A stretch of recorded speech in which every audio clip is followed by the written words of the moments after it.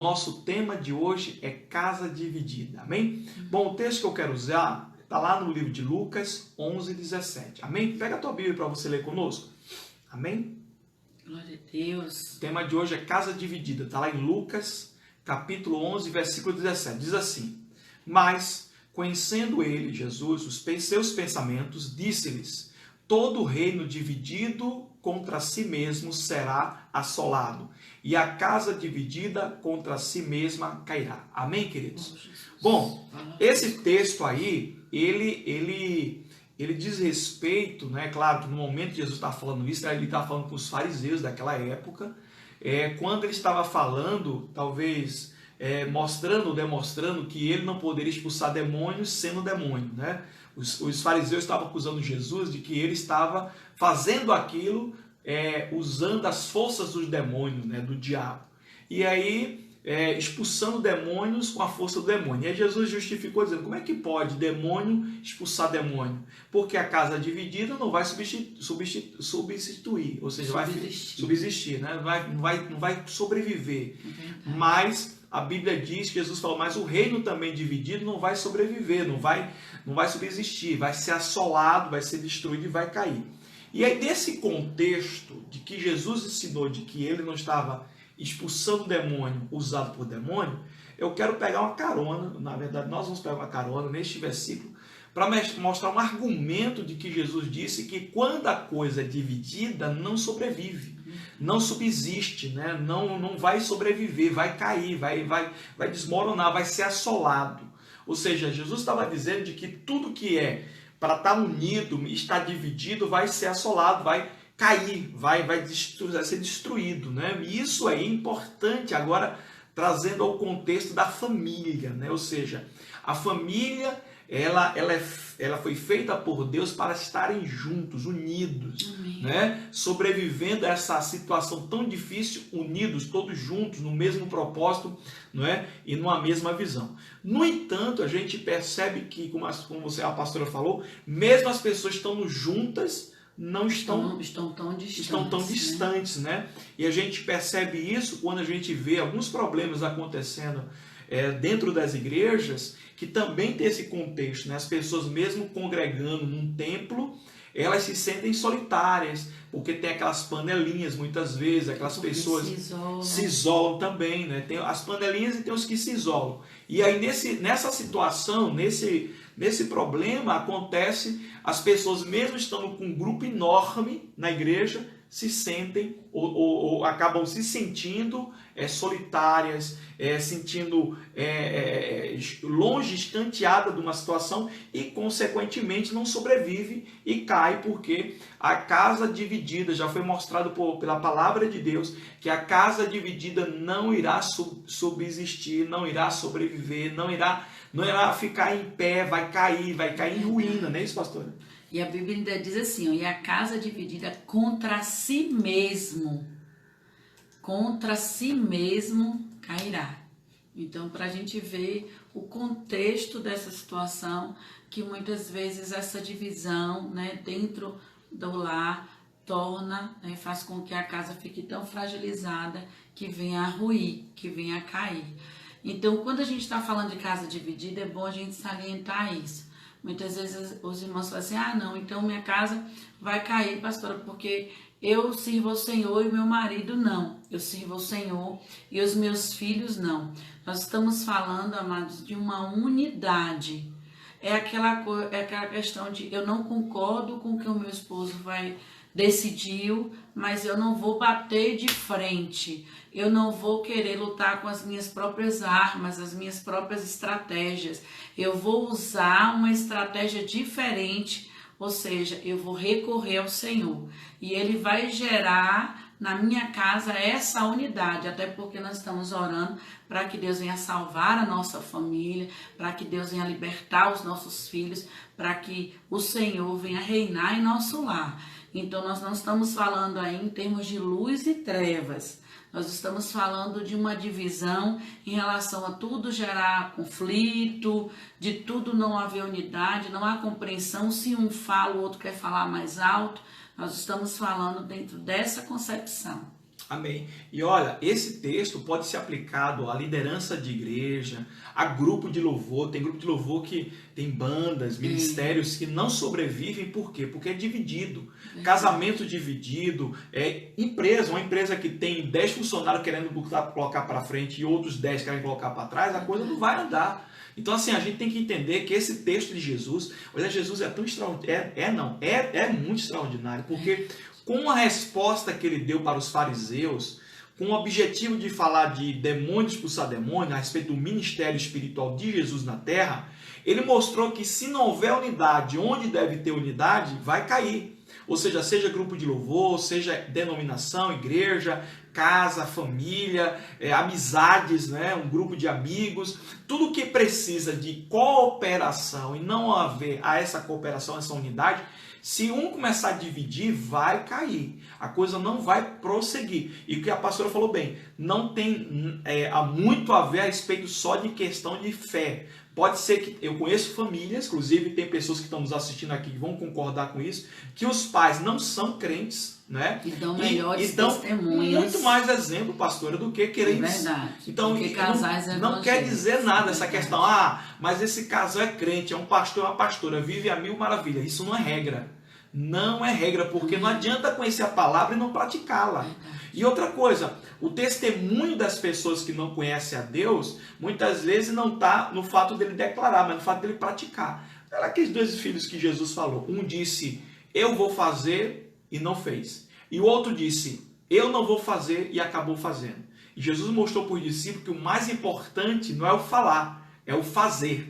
É evidente que tendo palavras e atitudes correspondentes é a melhor opção. Verdade. Mas se não puder falar e prometer, pelo menos cumpra, meu irmão, aquilo que a palavra de Deus já nos ensina. Então, igreja dividida, famílias divididas, casamento dividido, não vai sobreviver. Então, estamos falando para vocês aqui a respeito de divisão, né? E onde esse momento, onde tem muitas famílias que estão juntas na casa, mas não estão unidas, né? O marido não conversa com a mulher com o marido, os filhos e vice-versa, cada um no seu WhatsApp, cada um no seu Facebook, cada um nas suas redes sociais e na televisão, e a vida vai passando até parar essa quarentena. E aí, se não houver divórcio, nem morte, nem tampouco maiores brigas por causa de que as famílias estando juntas sem ter união, vai ter problema. Bom, mas aí você está falando, pastor, agora já entendi, beleza. A divisão não é uma coisa boa, eu tenho que mudar. Mas o que faz? O que provoca essas divisões dentro da casa, dentro da família, dentro da igreja, não é? O que mais? Que nós precisamos evitar. Dentro dos grupos de louvor, dentro dos grupos de igreja, das células, dos núcleos. O que causa a divisão? Primeira coisa, o que é, pastora? Egoísmo, individualismo. Ou seja, quando a pessoa ela está no grupo, mas ela pensa só em si, para fazer, né? Aquela frase que a gente já ouviu falar, eu estou neste casamento para ser feliz, né? Eu mereço, pastora, ser feliz, eu mereço ser feliz. Isso já é uma linguagem de uma pessoa que ela prima pelo egoísmo, pelo individualismo, esquece que o amor é você fazer alguém feliz, e é assim você está feliz. Eu estou feliz quando a minha esposa fica feliz pelo que eu faço para ela. Tem um texto bíblico aí, não tem, pastor, em Filipenses? Glória a Deus. Filipenses 2, versículos 3 e 4. Nada façam por ambição egoísta ou por vaidade, mas humildemente considerem os outros superiores a si mesmos. Cada um cuide não somente dos seus interesses, mas também dos interesses dos outros. E assim, eu estava falando com o bispo, né? Nós ontem tivemos, né, a oportunidade de estar vendo um filme com as meninas e que falava da equipe, do trabalhar em equipe e do quanto o individualismo termina prejudicando não só aquela pessoa, mas todo o grupo. Então, a gente estava conversando sobre isso quando a gente estava pensando no tema de hoje.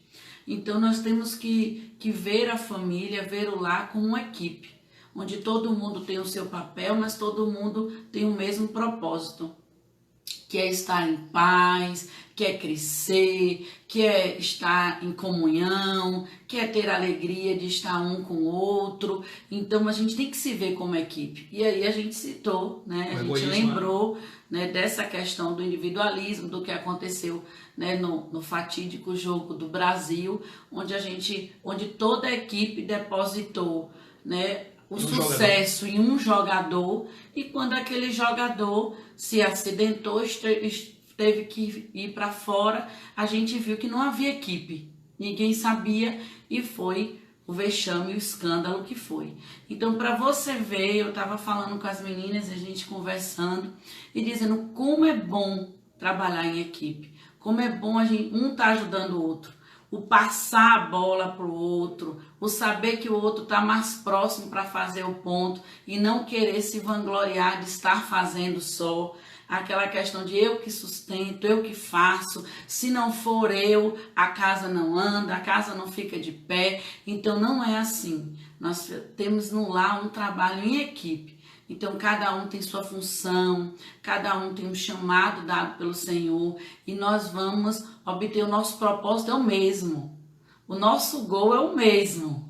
Então nós temos que trabalhar em equipe, amém? E outra coisa, nessa questão do egoísmo, o querer fazer sozinho, o querer resolver os problemas sozinho, o querer, não, deixa aqui que eu sou, agora essa parte eu vou falar, essa parte cabe a mim, né?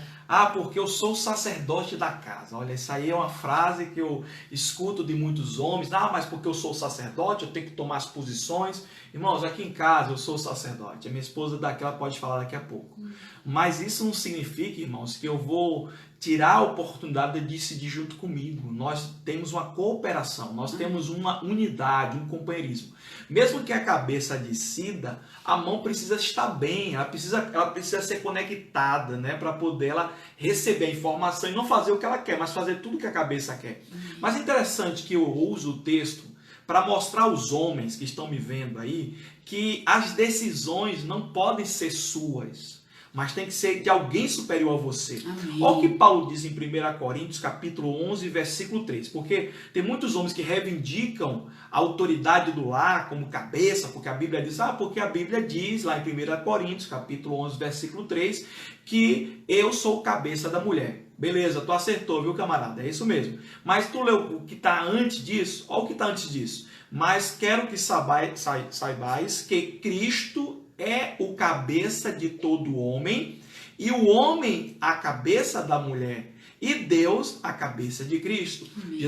Paulo está falando aí de que existe uma hierarquia, e que Jesus está em cima do homem, que o homem está acima da mulher, mas nesse sentido de autoridade espiritual e não de mandar, ou seja, de proteção. E Paulo faz uma outra alusão interessante. Ele diz, olha, homens, amem as vossas mulheres como Cristo ama a igreja. Ou seja, não é com ditadura, não é com, com individualismo, mas de companheirismo, de estarmos juntos. Então, o homem, ele tem autoridade no lar. Minha esposa, ela sabe disso. No entanto, em nenhum momento eu decido nada sem compartilhar com ela. Até porque tem um texto interessante, eu queria que você lisse sobre isso, lá em Eclesiastes, capítulo 4, versículos de 9 a 12, para você ver a importância que a Bíblia dá não ao individualismo, ao egoísmo, mas à unidade. Amém? Amém. Diz aí, pastora. É melhor ter companhia do que estar sozinho, porque maior é a recompensa do trabalho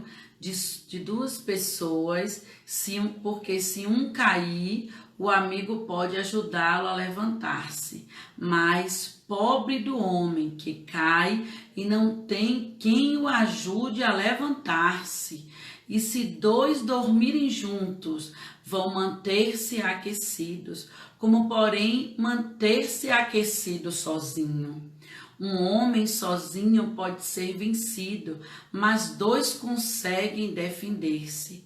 Um cordão de 3 dobras não se rompe com facilidade. Glória a Deus. Glória a Deus. Amém. Glória a Deus. Olha o que a Bíblia está dizendo, que a importância de serem dois. não é? Quando a gente toma a decisão individual, né? Aquela decisão monocrática, onde o homem vai lá e toma a decisão, porque eu sou cabeça, na hora de arcar com as consequências, ele acaba arcando sozinho. Eu compartilho tudo porque na hora da situação, do problema, eu e ela nos juntamos para poder resolver. Ela sabe da situação, ela está comigo cooperando. E a Bíblia tem outro texto que diz assim: poderão andar dois juntos se não houver acordo? Amados, como é que entra em acordo sem conversa? Eu chego aqui e digo, acabei de comprar um carro. Sim, mas será que houve concordância? Será que a mulher também não tem a inteligência para contribuir e dizer, meu filho, será que fica melhor comprar agora? Isso é um momento de pandemia, um momento que está tudo difícil. E aí você também tem que ponderar, meu irmão. Um bom gestor, um bom líder, ele aprende a ouvir. E eu ouço muito o Espírito de Deus através da minha esposa. Abraão ouviu a esposa dele porque Deus disse, olha, você tem que ouvir a sua mulher também. Tem um momento que você tem que ouvir a sua esposa. Então isso não tira a minha autoridade espiritual. Isso não me deixa menos homem, mas me deixa mais sábio. Porque a Bíblia diz que na multidão de conselhos há o quê? A sabedoria. Então a mesma coisa com ela. Ela não toma decisão empiricamente, ou seja, fazendo tudo o que ela achar que tem que fazer. Nós concordamos, nós conversamos, nós colocamos principalmente diante do Senhor, porque uma decisão tomada errada vai afetar o homem, a mulher e os filhos, a família toda vai ser afetada. Por isso que aqui em casa eu vou tomar uma decisão importante, eu e ela nós oramos, buscando do Senhor sabedoria, a direção, a estratégia divina para não errar. Porque é melhor serem dois do que um só. Amém? Então, o problema a ser vencido dentro da família, dentro da casa, é o egoísmo. Ou seja, quando eu penso que eu resolvo melhor do que os outros, que eu faço melhor do que os outros. Eu aqui coopero com a minha esposa, entendo que é um princípio de unidade e quando há este princípio, Deus abençoa. Amém. Não é democracia, é cooperação. Não é democracia, é entrar em concordância. Entrar em concordância é o seguinte, eu não faço nada sem primeiro o Espírito Santo me dirigir e eu e ela entraremos numa aliança. Enquanto eu não convenço ela ou ela não me convence, eu não executo, porque eu sei que dentro da família não vai ser bênção isso. Eu espero o tempo de nós estarmos juntos, unidos, no mesmo pensamento, na mesma visão. Inclusive nós pegamos uma mesma camisa para colocarmos hoje, para mostrar a você que com Jesus no barco tudo vai bem. Amém. E um barco onde está a família, seja o marido, a esposa, os filhos, se uma decisão errada o capitão toma, o barco vai a pique, a fundo, o que acontece? Morre todo mundo. Família, todos perecem. Por isso que Jesus está dizendo, tem que haver cooperação, tem que haver unidade, porque um ajuda o outro. Todo mundo se ajuda. Ou tem pessoas aí que estão, de vez em quando eu fico digitando aqui no nosso notebook, porque tem pessoas que vão dar informação. Pastor, tá bom a filmagem não está muito boa, melhora isso, melhora aquilo. Gente, nós não vivemos sozinhos, nós temos uma cooperação. Verdade. Igreja, casa, né? Por exemplo, essa camisa mesmo aqui, quem fez foi o pastor Josa, meu irmão. Camisa muito bonita, olha que lindo, tá bom? E eu e ela estamos usando, nós cooperamos. Mas sabe quem separou essa camisa para usar hoje? Ela. Ou seja, isso é cooperação. É isso que a sua família precisa. Pastor, mas meu marido não entende isso. Mas se você fizer a sua parte, quando você faz a sua parte, minha irmã, quando você faz parte de um processo onde você começa as mudanças, tenha certeza que Deus vai usar poderosamente a tua vida e vai trazer resultado, não é isso? Amém, glória a Deus. Bom, a segunda coisa, primeiro foi egoísmo. Se tiver egoísmo, não vai ter casa que subsista. Amém? Amém. Bom, a segunda coisa qual é, pastora? Quando as coisas são mais importantes do que as pessoas. Amém. A primeira que dificulta e que divide a família é o egoísmo. A segunda coisa é quando as coisas são mais importantes, se tornam mais importantes do que as pessoas. Isso a gente pode relacionar um bocado de coisa. Mas lê o versículo primeiro aí pra gente. Glória a Deus. 1 João 2,15. Não ameis o mundo, nem o que no mundo há. Se alguém ama o mundo, o amor do Pai não está nele. Amém. Olha o que a Bíblia está falando, não amar as coisas do mundo. Claro que você está falando só em relação ao pecado, mas a concupiscência dos olhos também é o pecado, né? Também se manifesta os pecados. E a gente tem que ter cuidado, irmãos, quando a gente já ministrou em curso de casais, quando a gente fala que a mulher, quando olha naquele domingo o marido lavando o carro, que hoje nem sei se está dando mais para fazer, mas vamos imaginar que ainda dê alguns irmãos para lavar seu carro, tem muitas mulheres que dizem assim, poxa, se eu fosse tendo tanto carinho que ele tem com o carro, né, e comigo, eu estaria muito melhor, muito mais feliz com ele. Muitas vezes, irmãos, nós damos mais importância às coisas do que às pessoas. E dentro de uma família, quando isso ocorre, é natural que haja divisão, não é isso, pastor? Verdade. Então, verdadeiramente, assim, hoje nós estamos vivendo, né, um mundo, né, uma realidade que o ter é mais importante do que o ser, na contramão daquilo do que Deus nos ensina, do que Deus nos orienta. Então, muito mais importante é a sua família, né? É o que Deus colocou em suas mãos para que você venha estar cuidando essas vidas, para que você possa estar orientando, para que você possa estar vendo se desenvolver, né? Hoje a gente vê quantos pais param e dizem assim, olha, perdi os primeiros momentos dos meus filhos e agora não volta mais. Por quê? Porque a gente priorizou o ter. E a gente estava vendo, né, algumas mensagens onde que na nossa infância a gente tinha tão pouco, irmãos, a gente, né, se divertia com tão pouco, mas a gente tinha mãe presente, né? A gente tinha pai presente, a gente tinha aquele pai que chegava de noite, perguntava como foi o dia, e hoje, né, são muito poucos, porque eu já chego cansado, eu chego estressado, você também que tem que entender, porque eu tô com a cabeça quente, e a gente vai perdendo momentos extraordinários, amados, extraordinários, em família. Então priorize cada pessoa, cada vida que o Senhor tem colocado a seu lado, porque as coisas passam, e elas passam tão rápido, né? O material fica. Então hoje o que era de última geração, amanhã já está ultrapassado. Hoje um notebook, um celular, um jogo, que era o último do momento, como diz os jovens de hoje, era top. Amanhã não existe mais o top, não existe mais nada disso. Já inventaram um novo vocabulário que substitui o top e por aí vai. Mas as pessoas não.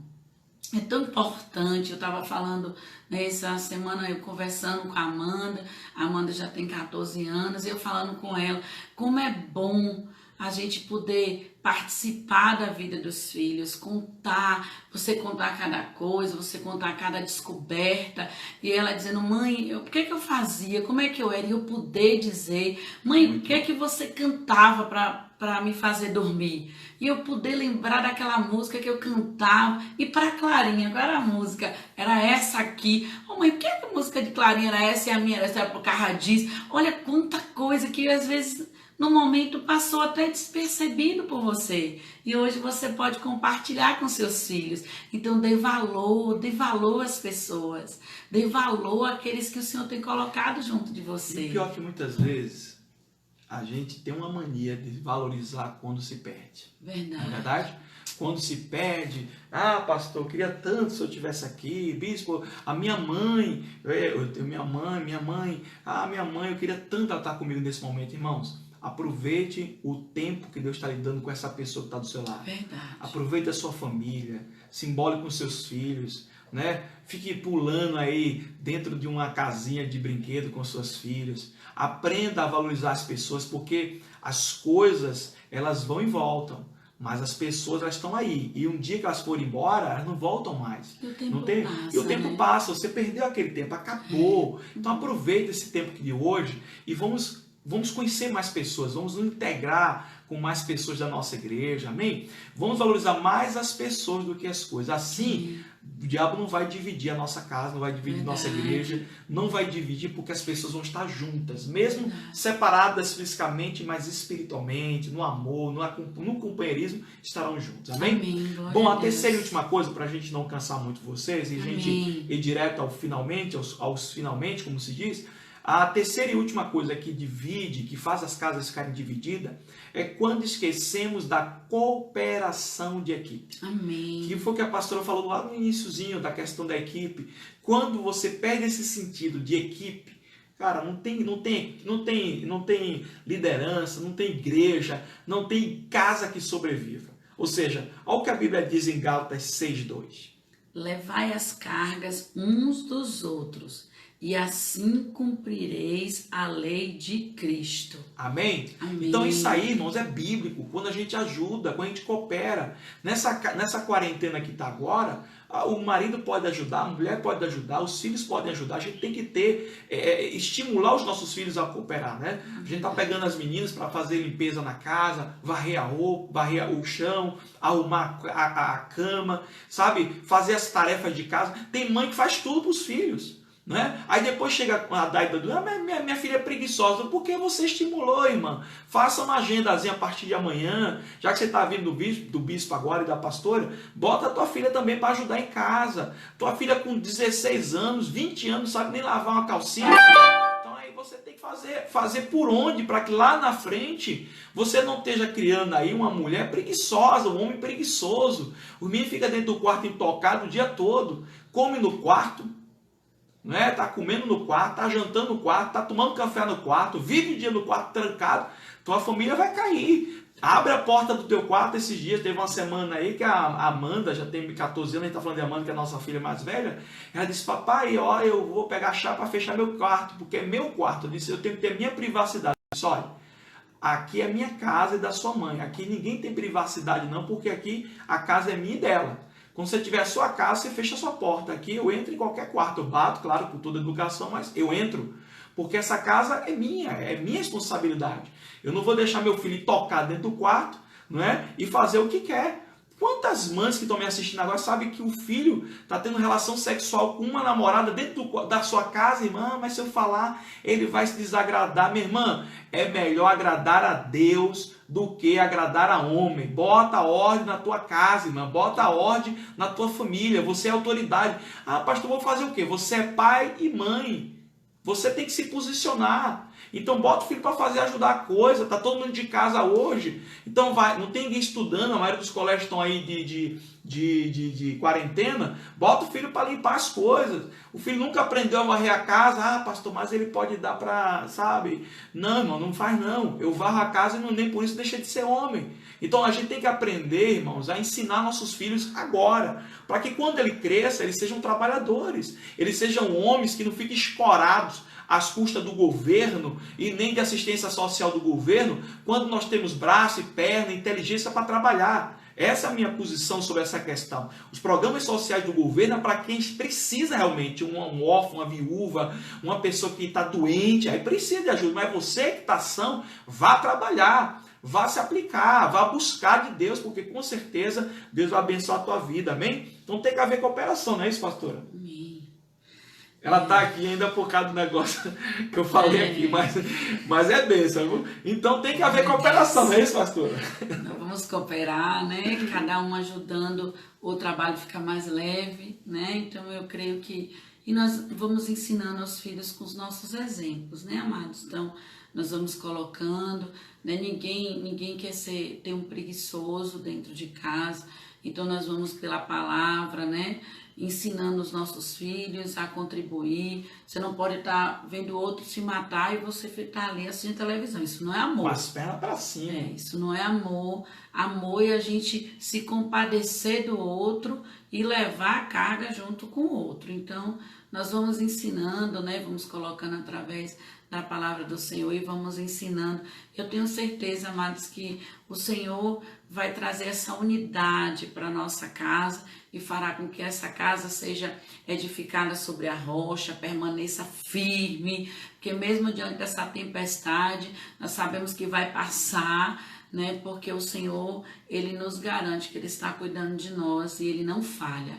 Ele é fiel e Ele vai cumprir. Então que venhamos fazer a nossa parte, né? Fazendo com que essa casa não esteja dividida, mas esteja consolidada, que haja unidade, que não tenha lugar ao egoísmo, né, a individualidade, que não tenha lugar ali ao valorizar mais as coisas do que as pessoas, que verdadeiramente a gente venha trabalhar com um trabalho em equipe. Ninguém é melhor que ninguém, né? Ninguém é mais importante do que ninguém, cada um tem a sua função, a sua importância, e a gente trabalhando junto, a gente chega no propósito que Deus quer, porque família é projeto de Deus. Amém, glória a Deus. Então, resumindo aí, as 3 coisas que dividem uma casa é quando há egoísmo, quando as coisas são mais importantes do que as pessoas. Amém. E quando esquecemos da cooperação de equipe. Anote aí. Amém. E com certeza você vai ser tremendamente abençoado. Já foi, né? Porque essa palavra tocou forte no nosso coração. Amém, e nesse Jesus. ponto de cooperação, irmãos, que fecha com chave de ouro, quando eu me importo com o que ela faz, com o peso da carga dela, eu procuro fazer ela ajudar, aliviando. Mas quando eu não estou importando, como o filho muitas vezes está ali, quer ficar o dia todo parado assistindo televisão, você tem que estimulá-lo. Ó, meu filho, vai arrumar teu quarto, tá? Vamos ajudar a mamãe com a casa aqui.